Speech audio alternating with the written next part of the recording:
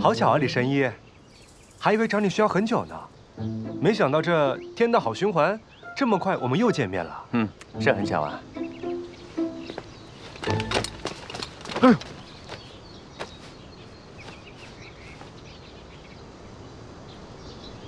内里虚空，丹田无力。哼，你当真不会武功？身体还很差，经不住拷打呢。可你还本事在烽火堂面前丢尽了百川院的脸。你放心，我方多病是不会对没有武功的人下手的。你不是很能说吗？不是有很多关于佛比白蛇如何训练刑探的意见吗？跟我回百川院走一趟，我倒要看看你这3寸不烂之舌能不能逃得过百川院的牢狱之灾。小兄弟，这百川院就免了吧。其实呢，我也就是帮了个忙，收了5两银子出着，也罪不至此啊。再说了，这件事情我跟你好好解释一下。其实就是这个妙手空空，他归西宫对吧？哼，没错啊。本少爷从来都不相信什么起死回生之事。那天我整整想了一整夜，你到底是如何搞的鬼？哼，终于让我想明白了。小兄弟啊，你还真有点东西啊。看不出来，你的见识也不少。如今这个归西宫啊，也就只剩一脉了，一般人是真看不出来。我聪明，我知道。跟我走。等等，小兄弟，既然你这么聪明的话，那一定很清楚什么事情对你是最有利的。如今这个灵山派的掌门已经被杀了，我可以帮你断案，帮你通过百川院的考核，让你爹娘也再无话讲。你怎么知道？我怎么知道？你没有正式被录入百川院，对吗？要是百川院录入你了，那你应当有自己的行牌啊，是吧？又怎么会偷拿别人的呢？啊？下次啊，注意遮挡点。我上次见你的时候呢，你鞋袜干净整洁，可现在却蒙灰深沉。大少爷连茶水都不愿意将就的人，现如今几日都不更换鞋袜，想必你是囊中羞涩了吧？如今你又把自己的玉佩当了一些，可见你爹娘不支持你做刑探，所以你是偷偷的溜出来的。那百春院呢，向来对朝堂敬而远之，佛比白蛇又不会轻易的接纳你，于是你想了个办法，就和百川院、佛比白石打了个赌，破几个案子再进这个百川院。灵山派掌门七窍登仙，也就是你的第一个案子了，所以你才来这里的，对不对？你怎么知道灵山派掌门被杀了？你也参与其中？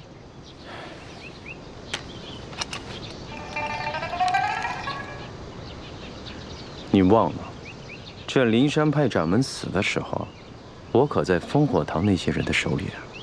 只不过呢，这灵山派的掌门之前呢，曾经向我买过一些补药，也就是补身体的那个药，一直拖欠我的银子又不给。你想一想，连5两银子都拖欠我的人，又怎么会舍得了这万贯家财去登仙呢？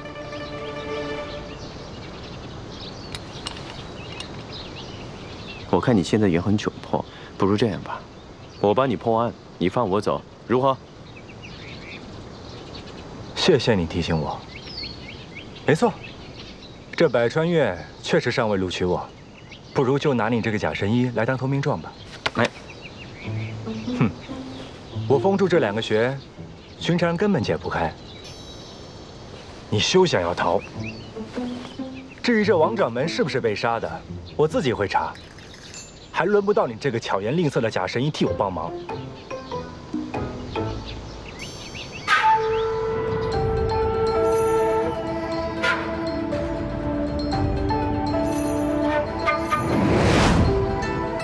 走走走，赶紧走！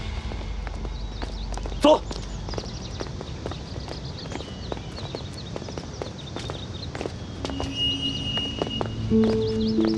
你连起死回生的不信，还信活人化金身，还魂成灵童啊？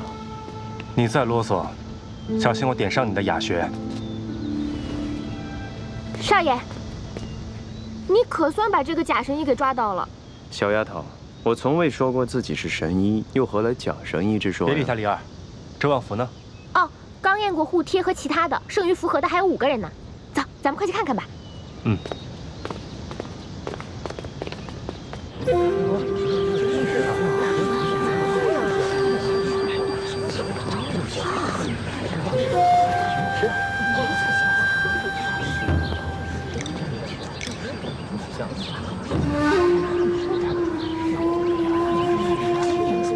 诸位乡亲，各位教友，仙师于本月初七蝉蜕登仙，留下真言，由灵童来继承灵山派，故此在今日举办这场灵山识童大会。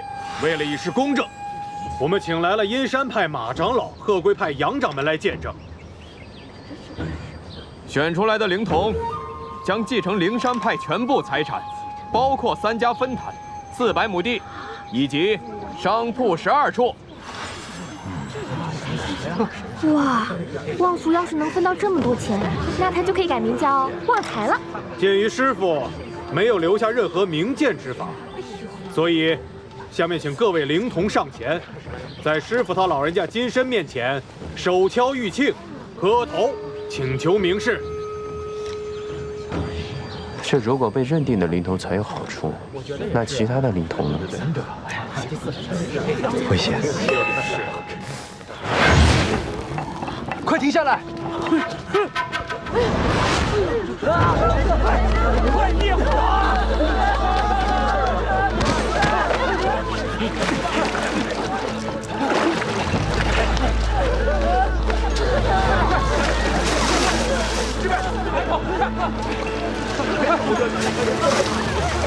这边，我们不是灵童，我们擅长作假，不选了。青山兄的法子是有些古怪，但这位小兄弟看着是唯一没有着火的，莫非他就是王道长显灵选中的灵童？这根本就不是什么显灵，这是一起人为的纵火案。你休得胡言乱语！这是我刚刚在玉磬里发现的火石，里面有引线，连着的是蒲团下的棉花，这才会着火。这个是有人故意事先弄好的机关，你们可有人知道此事啊？这究竟是怎么回事？这些都是些不值钱的老物件，平时随意丢在库房，并无人看管。你们可曾见过什么可疑人等？没有。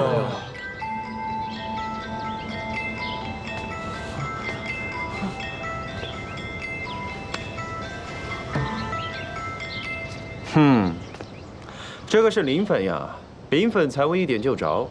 哎，那不如先查查看看谁接触了这些孩子。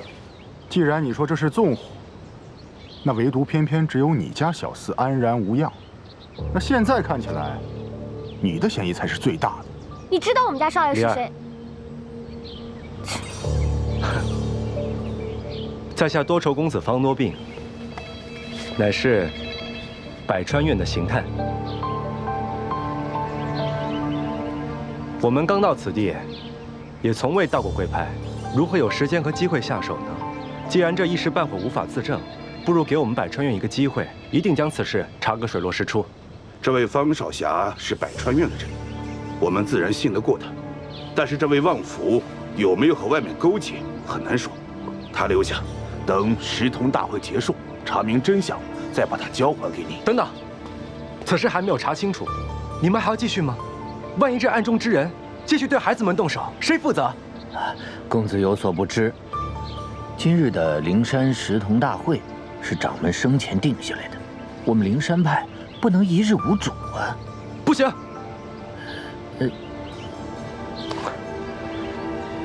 哼，诸位莫急啊，我呢倒是有个主意，不知当不当讲。我听你们说来说去呢，无非就是因为这个王掌门没有留下如何检验灵童的方法，这才引出了乱子。那不如呢，让在下去和青山掌门聊一聊，弄清楚他的想法，不就好了吗？你胡说什么？我师父已经先去，你如何能跟死人对话？三师弟，阁下又是哪位？在下李莲花，不才略有一点神医之名。原来你就是那个将铁锹大侠起死回生的神医李莲花呀！哈，正是在下。久闻大名，没想到在此处遇到了您这位圣手啊！你又要搞什么花样？你看，此事也并不简单，让我查出凶手，放我一马入伙来。不行，你还是百川院的刑探呢，你怎么一点良知都没有啊？啊！你看一看，你看看这些单纯的少年，都被烧成什么样子了？你忍心看到他们在遭殃吗？再说了，你抓到一个凶手，都比抓一个假神医好得多呀。哼！如今这个青山掌门已经回天乏术了，在下呢懂得一点还魂之术。诸位要是信得过我的话，不知可否让我试一试？我们怎么知道你有没有装神弄鬼，假冒师傅旨意呢？休得对神医无礼！我们信得过你，就按李神医说的办吧。还有，请将掌门金身送回他生前屋内。我还需要他的一些随身之物，来施展我的还魂之术。两位，这就是我们掌门生前的住所。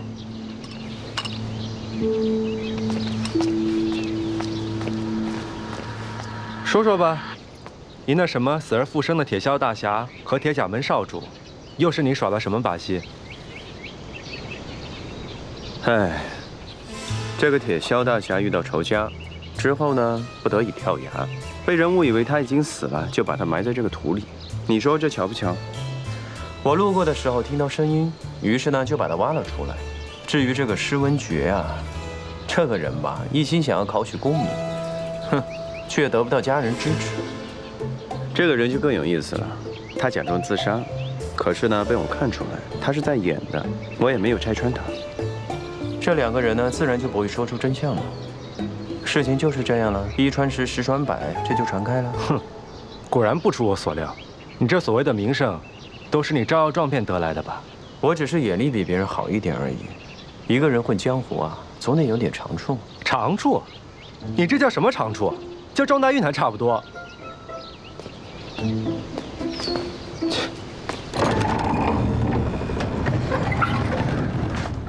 你也别不服气，这运气呢也是实力的一部分。这话说的没错，有言在先，若我帮你这把，咱们就算两清了。那也得看看你能不能功过相抵。哎，你不是眼神好吗？咱们俩打个赌，看看谁先能查出他的死因。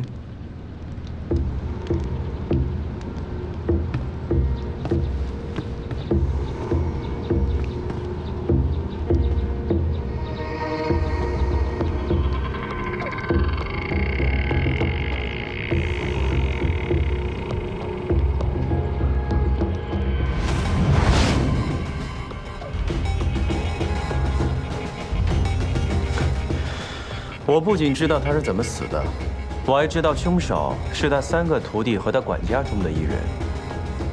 你凭什么？哎，你看啊，他这个手势眼熟吗？归西宫。不用探了。归西宫呢，最多称3日，3日之后呢，需要在他的百会坛中穴上施上3针才可见效。此刻呢，都过去11日了。早就死透了。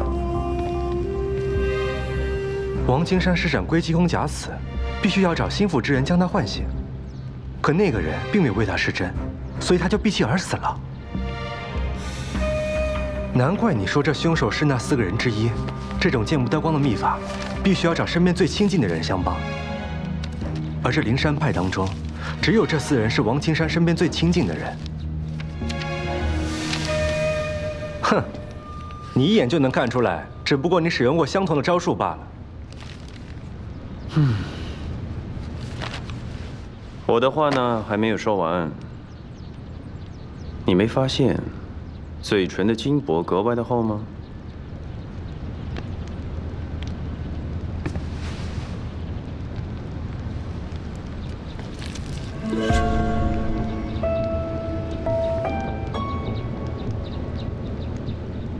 这是死前受伤了，所以凶手要用厚厚的金箔掩盖住血迹。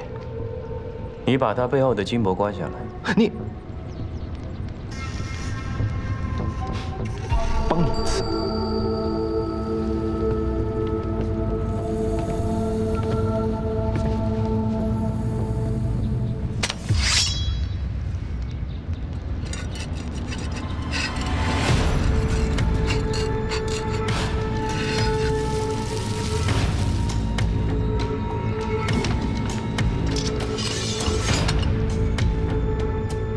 难道是五督长？你认得呀？这五督长是金元盟奔雷手星雷的成名绝技。10年前金元盟被灭，教中的大部分人都被百川院所抓，但还有些漏网之鱼。这星雷就是其中之一。没想到这么多年，竟然一直藏身在这。怎么，去掌门登仙的地方看看？或许啊，能找出其他的线索。为了破案，为了破案。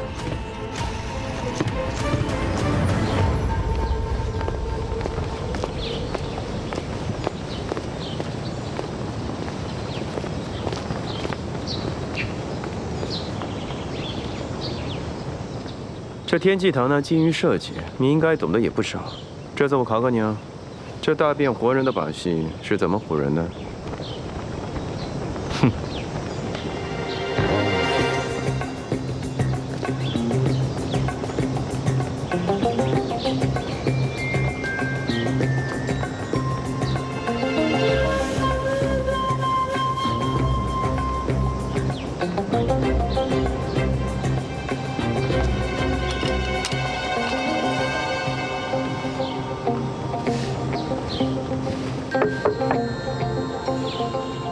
此处有暗格。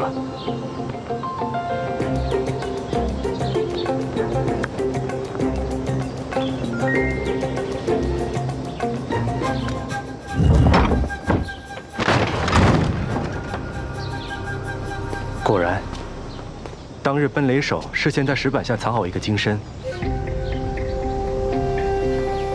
等王金山在众人面前入定假死之后，趁乱将这王金山沉入内阁，用金身替换。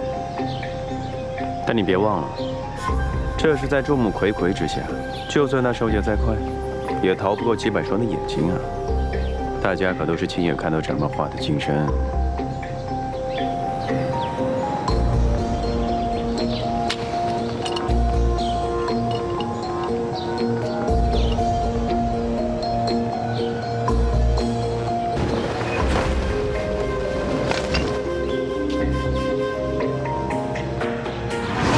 铜镜、金粉，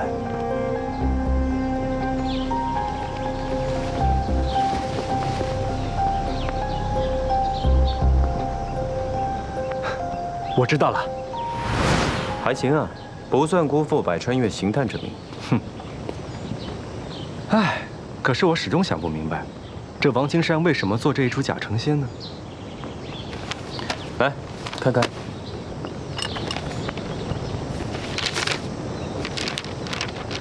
这不就是本《三字经》吗？有什么奇怪？你读《三字经》的时候多大呀？本少爷聪慧过人，3岁便熟读《三字经》，比我笨些的也就5、6岁吧。对啊，这王金山50有余了，怎么还会有本《三字经》呢？除非他有一个孩子，他想找的灵童不是16岁，而是6岁。这下就说通了，这灵山派不可娶妻生子，他若不想把门派的产业留给徒儿，而是留给6岁的私生子，便只能用这个法子。这个主意没准还是奔雷手给掌门出的，正好借此机会设法将他自己有关的孩子变为掌门。哎，你去哪儿啊？我们现在去哪儿？去和掌门聊一聊。你还指望那个死人给你答案啊？给你的那本书翻到有标记的那一页。小孩的签名，他既是私生子呢，不能跟他爹姓，那就只能跟他娘了。所以呢？所以啊，我有个计划。